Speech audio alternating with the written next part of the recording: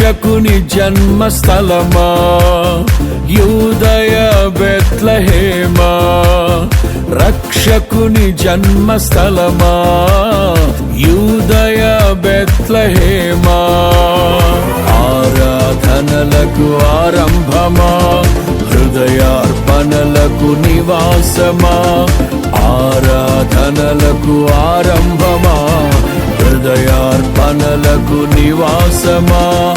ఎందుకో ఇంత భాగ్యము దాచి ఉంచే ప్రభు నీ కోసము, ఎందుకో ఇంత భాగ్యము దాచి ఉంచే ప్రభు నీ కోసము, స్తుతియు మహిమ ప్రభావము